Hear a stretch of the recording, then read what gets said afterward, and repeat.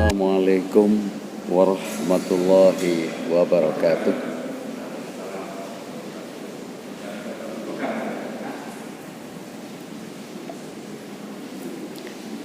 Alhamdulillahirabbil alamin. Wassalatu wassalamu ala asyrafil anbiya wal mursalin Muhammadin wa ala alihi wa sahbihi ajma'in. Rabbi shrah li sadri wa yassir li amri wahlul 'uqdatam min lisani yafqahu qawli, amma ba'd. Hadirin ibu bapak, para jamaah yang berbahagia, alhamdulillah kita bersyukur kepada Allah Subhanahu wa taala. Pagi ini telah kita awali bersama dengan melakukan salat subuh berjamaah. Mudah-mudahan seluruh amalia ibadah yang telah kita kerjakan diterima oleh Allah Subhanahu wa taala.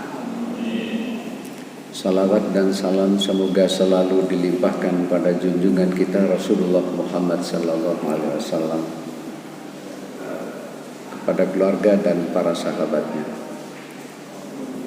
Ibu bapak, salat subuh itu istimewa, maka kalau tidak ada udzur, jangan sampai kita tidak berjamaah salat subuh itu. Pertama, inilah satu-satunya salat yang disebut di dalam Al-Quran, di mana Allah Subhanahu wa taala mengutus malaikat untuk melihat siapa saja. Malaikat penjaga malam itu ditanya oleh Allah, siapa saja yang hadir di masjid melaksanakan salat subuh berjamaah itu. Lalu malaikat penjaga pagi pun kan sip-sipan Pak, itu ditanya juga oleh Allah Subhanahu wa taala. Jadi penjaga siang maupun penjaga malam itu sama-sama ditanya oleh Allah Subhanahu wa taala tentang siapa saja yang hadir dalam salat subuh berjamaah itu. Dan kalau bisa jangan terlambat, supaya bisa melaksanakan qobliyah subuh. Salat subuh itu dalam hadis-hadis Rasulullah sallallahu alaihi wasallam disebut dengan salat fajar, ya. Salat fajar. Kalau jenengan sudah pernah melaksanakan ibadah umroh atau haji, di jadwal waktu salat yang digantung itu di dua masjid itu tidak ada salat subuh, itu tidak ada, salat fajar. Rak'ataini qoblal fajri, kata Rasulullah, 2 rakaat sebelum fajar itu khairum minad dunya wa ma fiha, lebih bagus, lebih baik, lebih bernilai daripada daripada dunia seisinya. Ini adalah satu. Yang kedua, kalau sampean ingat, ketika melaksanakan qobliyah subuh itu, rakaat pertama bacalah setelah Al-Fatihah, bacalah Al-Kafirun. Lalu rakaat kedua setelah Al-Fatihah bacalah Al-Ikhlas. Hatani suratani ahabbu ilayya minad dunya wa ma fiha, kata Rasulullah. 2 surat itu, kata Rasulullah sallallahu alaihi wasallam, lebih aku cintai, lebih aku sukai daripada dunia seisinya. Karena 2 surat itu mengandung makna prinsip-prinsip tauhid. Oke. Baik. Hadirin para jamaah yang berbahagia, saya akan bicara bagaimana mengamalkan teks itu dengan benar. Mohon maaf karena sekarang ini banyak sekali postingan-postingan atau ceramah-ceramah di berbagai media televisi itu yang menurut saya kurang pas, gitu ya. Baik. Kalau kita bicara Al-Quran tidak repot, karena hampir dipastikan Al-Quran itu wahyu yang disampaikan oleh Allah. Kalamullah al-munazzal ala nabihi Muhammadin sallallahu alaihi wasallam biwasitati Jibril al-manqulu bitawatur wal muta'abbadu bitilawatihi. Quran itu kalamullah, firman-firman Allah yang diturunkan kepada Nabi Muhammad sallallahu alaihi wasallam dengan perantaraan malaikat Jibril.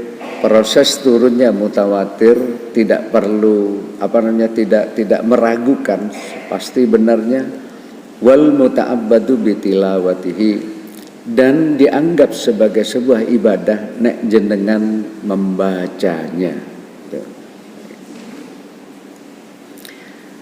Nah, yang repot itu ibu bapak kalau kita berbicara tentang hadis.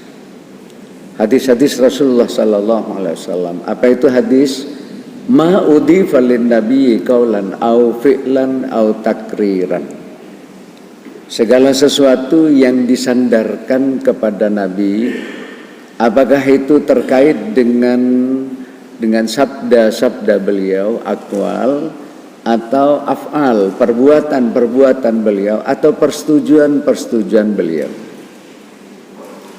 Lah, Bu ya, untuk memahami itu supaya kita tidak salah dalam mengamalkan itu dibutuhkan kehati-hatian, terutama masalah hadis. Yang pertama harus diperhatikan, hadis itu harus sahih. Okay. Sahih itu kan begini, nek jenengan membaca hadis itu kan mesti diawali dengan nama sahabat. An Aisyah misalnya radhiyallahu anha, lalu ada an Abi Hurairah dan seterusnya. Itu sahabat yang mendengar, lalu disampaikan dari sahabat besar, sahabat kecil, tabi'in, tabi'in, terus A, B, C, D, E, F, G, H, I, J, terus sampai kepada Imam Bukhari, Muslim, ya, At-Tirmidzi, Abu Daud dan seterusnya, para perawi hadis.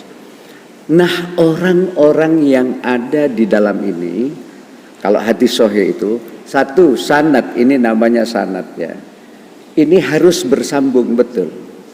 Enggak boleh meloncat. Wong A itu enggak pernah bertemu dengan B, enggak pernah bertemu dengan A, tiba-tiba kok mengatakan ya, padahal itu tidak satu zaman. Itu tidak bisa seperti itu. Sahabat A enggak pernah ketemu dengan sahabat B misalnya. Tiba-tiba dia meloncat nama ini. Tidak mungkin karena harus melalui A. Nah, ini harus bersambung satu. Yang kedua, urutan orang-orang yang ada dalam sanad hadis itu agamanya bagus, tidak tercela, hafalannya kuat. Ada kadang-kadang ketika masih muda hafalannya kuat, tetapi kemudian setelah agak tua hafalannya kok roto goyah begitu. Ini tidak diterima ini. Atau ada orang di antara sanad-sanad dalam hadis ini ketahuan, oh yang bersangkutan itu pernah dilihat ada laporan yang bersangkutan suka ngetutoro misalnya Pak ya, atau pernah terlihat seseorang kencing berdiri, itu pasti di drop hadis sehingga tidak sahih lagi. Jadi lah untuk itu hadirin ibu bapak, ada ilmu tersendiri, ilmu rijalil hadis. Itu menjadi disiplin ilmu tersendiri tentang siapa sebenarnya orang-orang yang ada dalam sanad hadis itu. Jadi harus sahih. Kalau sahih sampean buang. Seringkali di WA itu beredar hadis bukan hanya sekedar dhaif. Kalau dhaif itu lemah, tapi palsu, maudhu. Barang siapa menginformasikan datangnya bulan Rajab maka akan begini, itu palsu. pastikan palsu. Jangan sampai sebarkan, buang aja, hapus kalau menerima WA begitu. Ya, itu palsu. Nah, enggak usah ini. Jadi harus valid. Hadis itu yang kita jadikan sebagai dasar pembicaraan kita atau dasar amal kita itu harus sahih. Kalau enggak sahih jangan dijadikan dasar. Nah, jadi hadis itu ada 3 aspek pokok. Ada aspek perkataan, ada aspek perbuatan, ada aspek persetujuan yang disebut dengan takrir. Saya pertama akan bicara tentang bagaimana memahami aspek perkataan Rasulullah Sallallahu Alaihi Wasallam. Yang pertama begini, apakah perkataan Rasulullah Sallallahu Alaihi Wasallam itu bersumber kepada wahyu atau sekedar ijtihad beliau?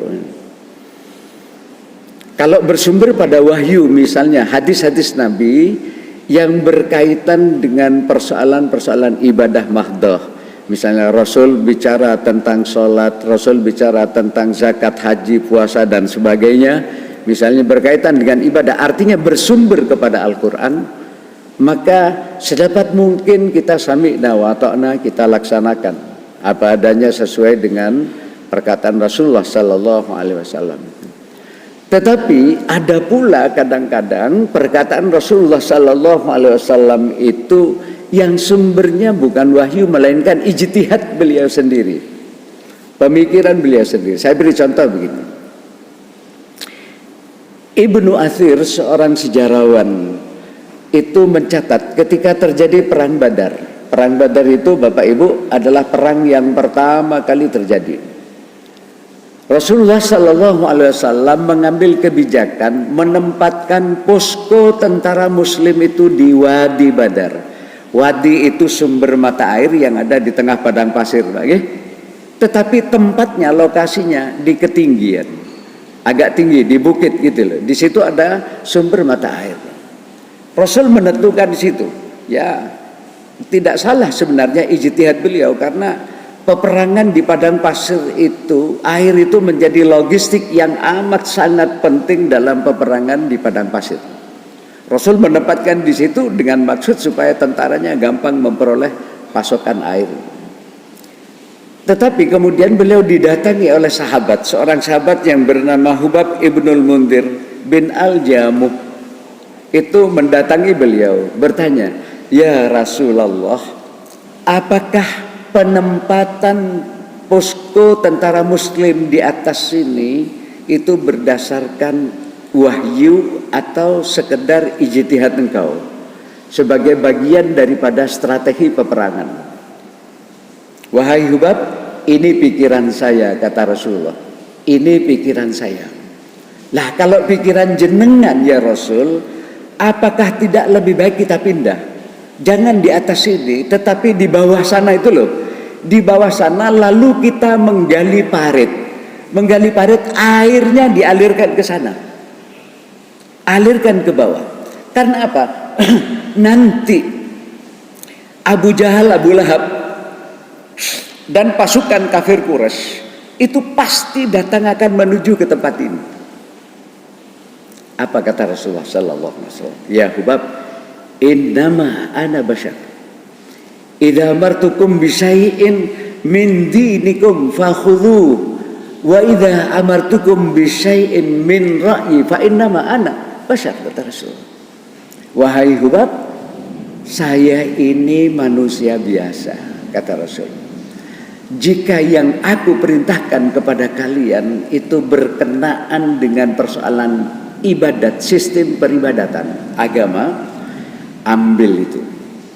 Tetapi jika yang saya perintahkan itu bersumber kepada pikiran saya, ketahuilah bahwasanya saya ini adalah manusia biasa." Maka usul Hubab diterima sehingga posko tentara Muslim dipindah ke bawah, lalu mereka menggali parit, air dialirkan ke bawah. Hadirin para jamaah yang berbahagia, benar ternyata begitu tentara Quraisy itu datang dok menuju ke padang pasir di Badar itu, mereka langsung menuju tempat ini, tapi air sudah habis kan?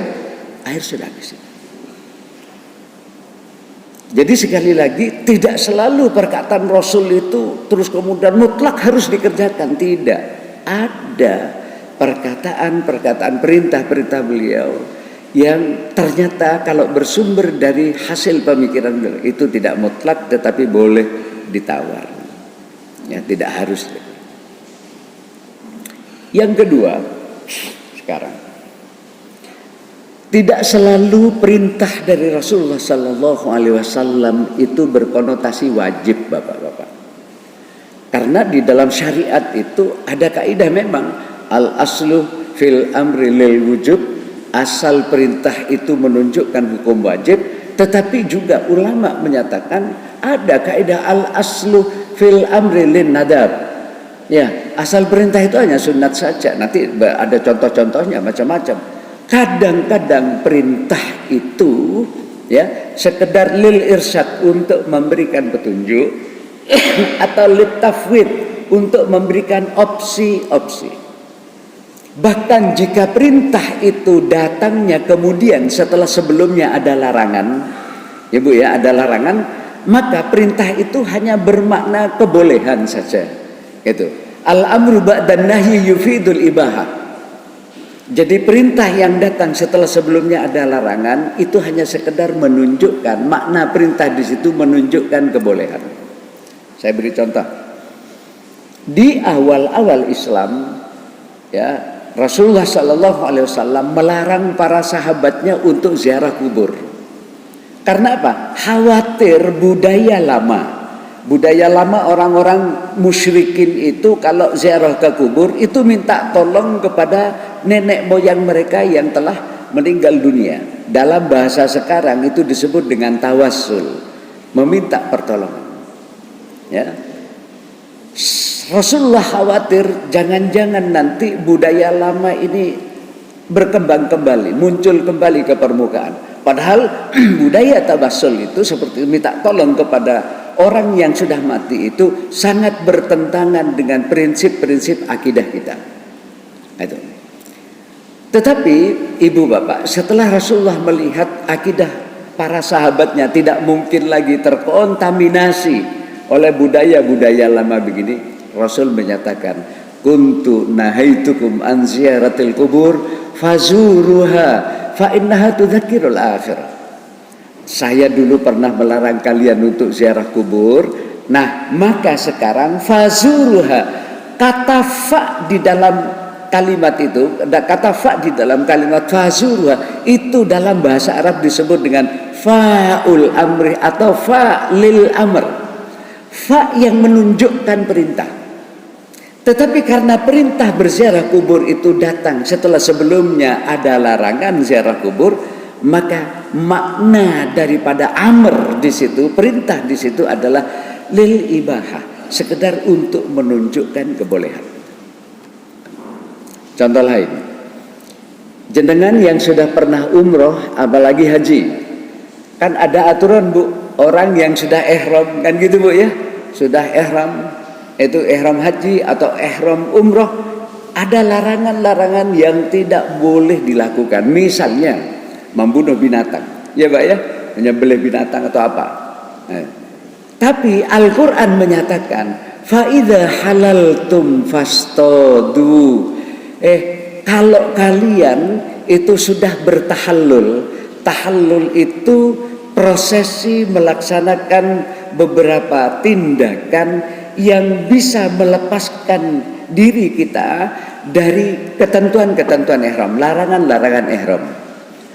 Fastadu, jika kalian telah bertahallul, kalau umroh selesai umroh, Safa Marwah lalu terus kemudian memotong rambut kita, ya Pak ya, itu bebas sampai besoknya balik ke Masjidil Haram sudah pakai baju biasa, tidak berpakaian ihram, sudah selesai. Fastadu, kalau kalian telah selesai bertahallul, maka berburulah. Fastadu itu berburulah. Fa di dalam ayat itu menunjukkan fa'ul amri, huruf fa yang menunjukkan mengandung arti perintah. Kalau perintah berburu itu dimaknai sebagai sebuah kewajiban, maka habislah seluruh binatang di Saudi itu, terutama pada musim haji. Karena tidak kurang dari 4 juta jamaah haji. Habis Pak kalau dimaknai wajib atau sunat. Orang pada berebut untuk itu. Contoh praktis yang lain, misalnya hari Jumat kemarin, ya. Fa idza qadaitumus shalah fantashiru fil ardh. Kalau kalian telah selesai melaksanakan sholat Jumat, fantashiru, sekali lagi ada huruf fa, maka bertebaranlah kalian di muka bumi. Artinya wajib melakukan. Kalau ini diartikan wajib, maka sampean tidak boleh leyeh-leyeh pulang dari masjid, apalagi tidur. Itu kayak Pak Muntari sering tidur habis Jumatan. Tidak boleh, ya. Maka kita harus beraktivitas. Fa di situ fantashiru fil ardh itu faulil amr, perintah, menunjukkan perintah. Tetapi perintah itu tidak bisa difahami sebagai sebuah kewajiban atau sunnah, tapi sekedar menunjukkan kebolehan saja. Begini cara memahami. Ya. Yang ketiga, ibu-ibu, bapak-bapak, jika kita melihat sebuah teks, apakah ayat Al-Quran atau hadis-hadis Nabi Sallallahu Alaihi Wasallam, lihat apakah teks nas itu disertai dengan ilat atau tidak. Ilat itu kausa hukum. Nah, kalau sampai ingin tanya kausa hukum itu Pak mananya, itu Pak ada Ustadz Pak Wahyudi itu. Ya. Apa ya sebab yang melatar belakangi munculnya sabda Nabi itu, ya. Tetapi biasanya ilat itu tidak pernah ada di ayat-ayat atau di hadis-hadis yang berbicara tentang ibadah mahdoh. Misalnya begini, Ibu. Kenapa sih sholat subuh itu kok hanya 2 rakaat? Padahal kita sudah tidur semalaman. Sampai bisa bandingkan dengan sholat duhur, asar, dan isya. Ketika orang dalam puncak aktivitas duhur dan asar. Lalu isya kok 4 rakaat. Padahal itu orang baru datang kantor payah sekali. Rasul tidak menyertakan apa sih yang melatar belakangi seperti itu. Perbedaan itu. Oleh karena itu, ketika kita dihadapkan kepada nas-nas seperti itu yang tidak ada ilatnya, tugas kita adalah sami'na wa ta'ala.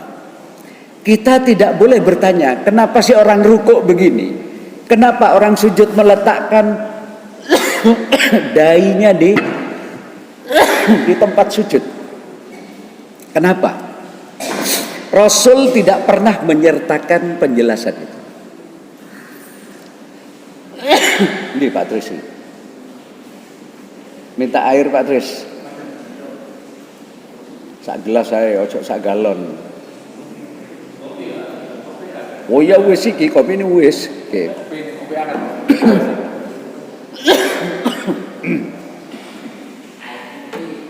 Air putih ya. Oke. Terima kasih.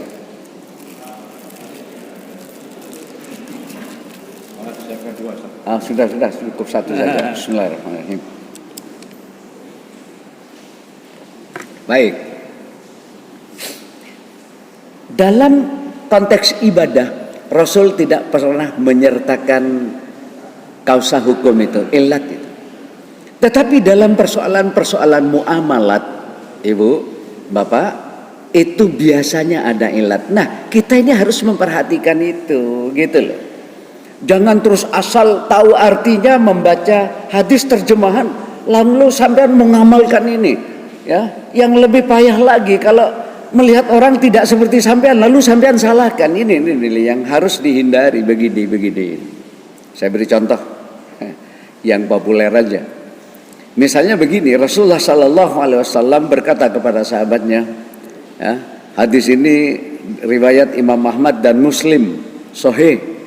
Ya, apa kata Rasulullah Sallallahu Alaihi Wasallam kepada sahabatnya? Juzus sawarib wa arkhul liha khaliful majus. Ya, mbok toto kumis kamu, lalu pelihara jenggot. supaya kalian tampil beda dengan orang-orang Majusi. Satu. Dalam riwayat lain Imam Bukhari dan Muslim meriwayatkan, khaliful musyrikin wa firrul liha wa akhfus syawarib, kata Rasul. Tampil bedalah kalian dengan orang-orang musyrik. Oleh karena itu pelihara jenggot dan rapikan kumis kalian. Ini perintah, tetapi disertai dengan ilat. Ilatnya apa? Supaya kita tampil beda dengan orang lain. Kapan hadis ini diucapkan oleh Rasulullah Sallallahu Alaihi Wasallam? Itu di awal-awal beliau bertugas. Para sahabat itu Rasul masih kesulitan mengidentifikasi mana orang yang sudah muslim, mana orang yang masih belum muslim, karena tampilannya sama. Tapi Rasul melihat ada celah, sesuatu yang bisa membedakan apa? Orang non muslim itu lebih suka kumisnya dibiarkan keleleran gitu, lalu tidak suka pelihara jenggot. Inilah yang ditangkap oleh Rasulullah Sallallahu Alaihi Wasallam. Pelihara jenggot, rapikan kumis kalian supaya kalian khaliful majus, khaliful musyrikin, supaya kalian tampil beda dengan orang-orang itu, dengan orang kafir itu. Ya, saat itu. Nah, zaman sekarang ketika jenggot tidak lagi bisa dijadikan sebagai identitas, gitu Pak ya, untuk mengetahui orang itu muslim atau bukan. Karena sekarang pendeta-pendeta Kristen Maronit di Mesir, ya Pak ya, tampilannya ya, luar biasa. Lalu ada Maronit, mohon maaf, Kristen Kopti kalau di Mesir, Maronit itu di Libanon, di Syria, tidak ada pendeta yang tidak Kristen Ortodok, yang tidak pelihara jenggot. Artinya jenggot bukan lagi sebagai identitas untuk mengenali muslim atau tidak. Maka karena itu berlaku kaidah dalam hukum Islam, al-hukmu yaduru ma'a illatihi wujudan wa adaman. Berlaku atau tidak berlakunya hukum itu tergantung kepada ada atau tidak adanya illat itu. Saya tidak mengatakan sampean tidak boleh pelihara jenggot, enggak, bukan. Silakan pelihara jenggot, tetapi sampean jangan mengatakan orang yang tidak pelihara jenggot tidak mengikuti sunnah Rasul. Itu yang tidak benar. Paham Pak ya? Ya Pak ya, silakan pelihara jenggot, monggo.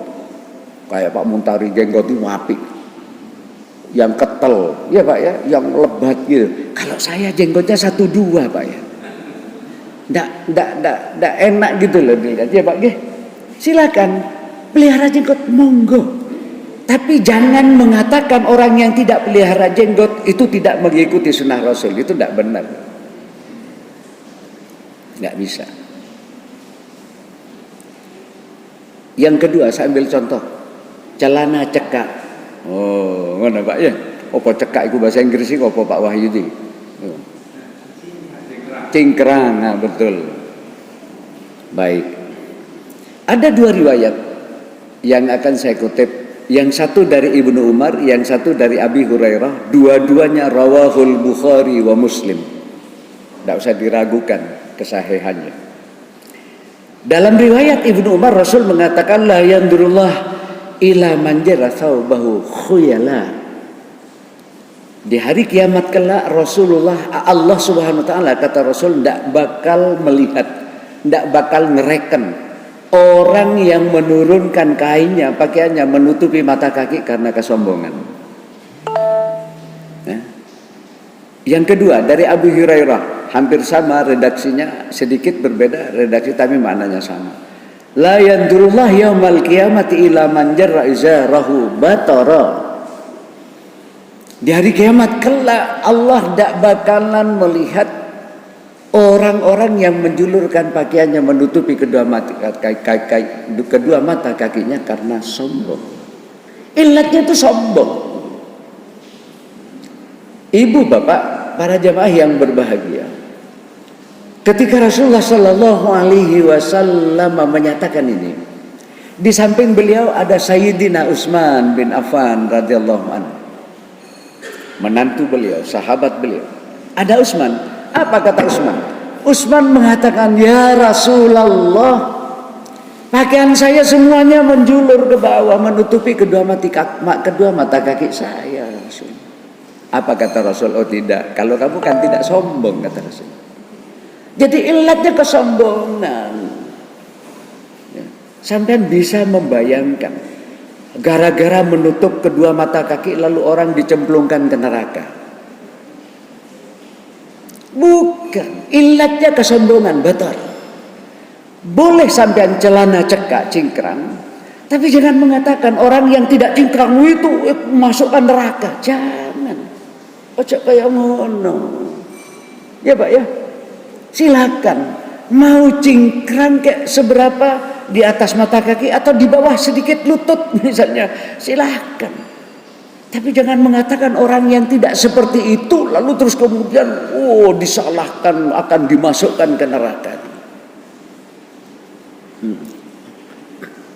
Saya beberapa kali khutbah itu ketika saya nyampaikan di Telkom di belakang Tunjungan Plaza itu, lalu di gedung keuangan itu, pernah juga di Jalan Dinoyo, bahkan di Masjid An-Nur Unmuh Sidoarjo itu saya didatangi orang itu. Sing di sana itu di tengah wong Arab telu itu. Ketika saya menyampaikan, apa Ustaz dasarnya begini? Iya hadis ini begini. Saya ceritakan lagi. Yang di TP itu malah begini. Saya tahu itu dari anak-anak salafi itu ya. Ustaz, saya baru kali ini mendengar penjelasan begini. Baru kali ini saya tidak pernah mendengarkan bagaimana memahami teks itu. Baru kali ini saya. Bagaimana Ustaz kalau saya undang ke kelompok kami gitu. Saya diundang. Oh enggak usah lah. So, udah tolong pimpinan Anda aja suruh baca. Paling tidak ada 3 kitab ya. Yang pertama, 1-2 ini tulisan dari Yusuf Al-Qaradawi. Nah, yang pertama Al-Madkhal li Dirasati Syari'atil Islamiyah. Lalu yang kedua, tulisan beliau juga Yusuf Al-Qaradawi yang berjudul Kaifa Nata'amalu Ma'as Sunnatin Nabawiyah. Lalu yang ketiga, tulisan Profesor almarhum guru besar Fakultas Syariah dari Universitas Damaskus, Mustafa As-Sibai, As-Sunnah wa Makanatuha fit Tasyri'il Islami. Saya katakan kepada orang-orang Arab itu tidak mungkin dari Ampel. Kalau antum bisa baca 3 kitab itu silahkan baca, nanti Anda akan punya kesimpulan yang sama. Begitu caranya memahami teks, tidak terus kemudian asal-asalan, tidak. Waduh, jam 5 ini apa ini? Ya. Ada tanya jawab enggak?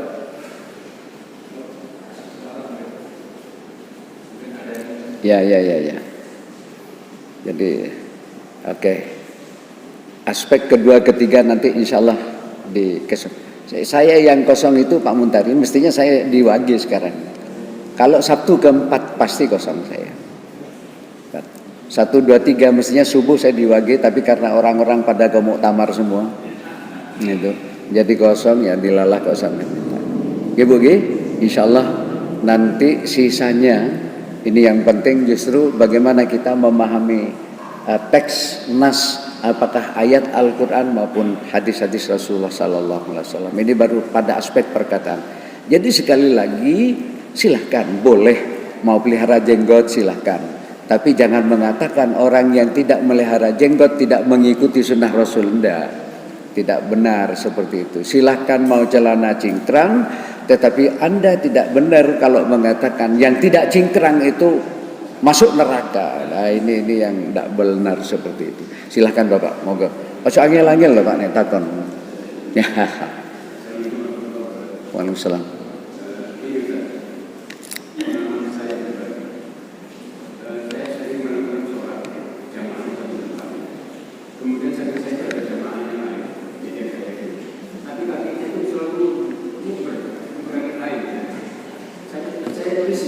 Betul.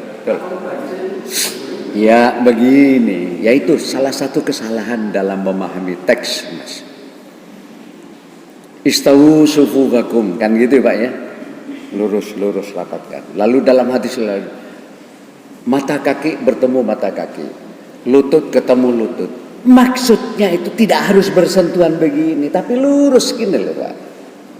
Sampean bisa membayangkan, nek mata kaki harus nyentuh sama-sama, terus piye kita berdiri? Lah mestinya ini Pak. Iya toh? Lutut sama lutut, bawah mestinya bukan tapi lurus. Karena sudah ada garis satu. Cukup begini. Meskipun tidak, ya biasalah.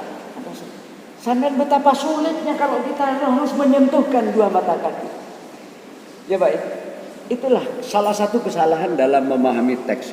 Padahal maksud Nabi, lurus. Ojo sampai di sini, yang satu di sini, kan gitu ya Pak ya. Yang satu di sini lagi. Ini kan mata kaki tidak ketemu mata kaki kan ya. Lutut tidak ketemu. Ada lutut harus ketemu lutut. Sampai ujungnya ini lah menyentuhkan.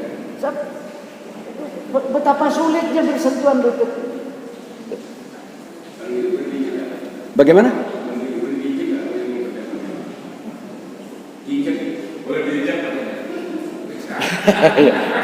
Nggak sampai lah tukaran pas sholat ini.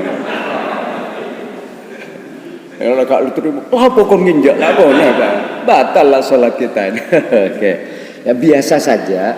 Yang penting istawu sufufakum.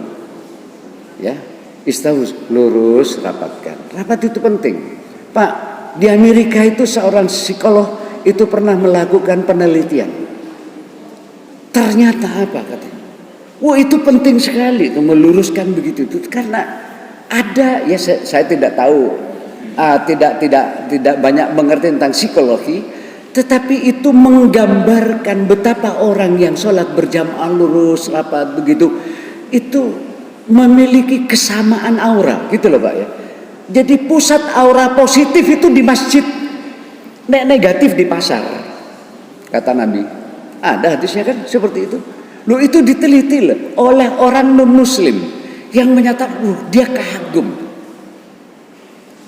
Ya, kan pernah beredar di WA itu seorang jenderal NATO itu ditanya berapa waktu sampean untuk membuat seluruh pasukan ini berbaris secara rapi seperti orang di Mekah itu. Sekian juta orang, begitu imam sudah akan mulai istawu kan sama Pak ya. Apa katanya jenderal NATO itu? Wah kalau tentara diginikan sebanyak ini tentaranya, saya waktu butuh 2 bulan untuk merapikan itu saja, untuk membuat soft itu. Ya, jadi sekali lagi, ya memang risih lah kita ini kadang-kadang ada yang sampai bekar kakinya Pak ya, gara-gara itu mestinya tidak seperti itu terjemahannya. Ya, intinya istawu sufufakum.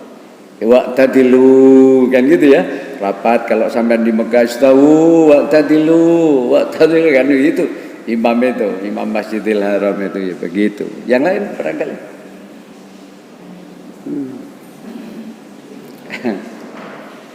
Ya, jadi sekali lagi sampean harus sabar Bu. Saya ndak bisa ngelawak kalau ngaji ini serius gitu Pak ya. Karena target saya sampean pulang ini harus bertambah ilmu. Ya. Harus bertambah ilmu sampean.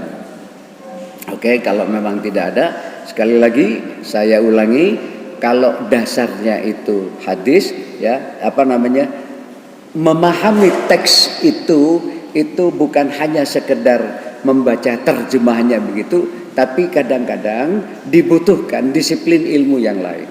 Paling tidak dia mengerti bahasa Arab, paling tidak dia tahu juga ilmu usul fikih. Dia ilmu fikih juga mengerti, lalu qawaidul fikhiyah, qawaidul usuliyah, sedikit-sedikit orang itu harus tahu.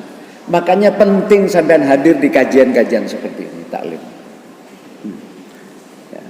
Allah mengutus khusus malaikat ini untuk merubungi kita ini, lalu mencatat. Malaikat kemudian memohonkan kepada Allah setiap orang yang hadir agar diberi limpahan rahmat dan maghfirahnya. Loh, sampean enggak gelem dan keliru. Itu.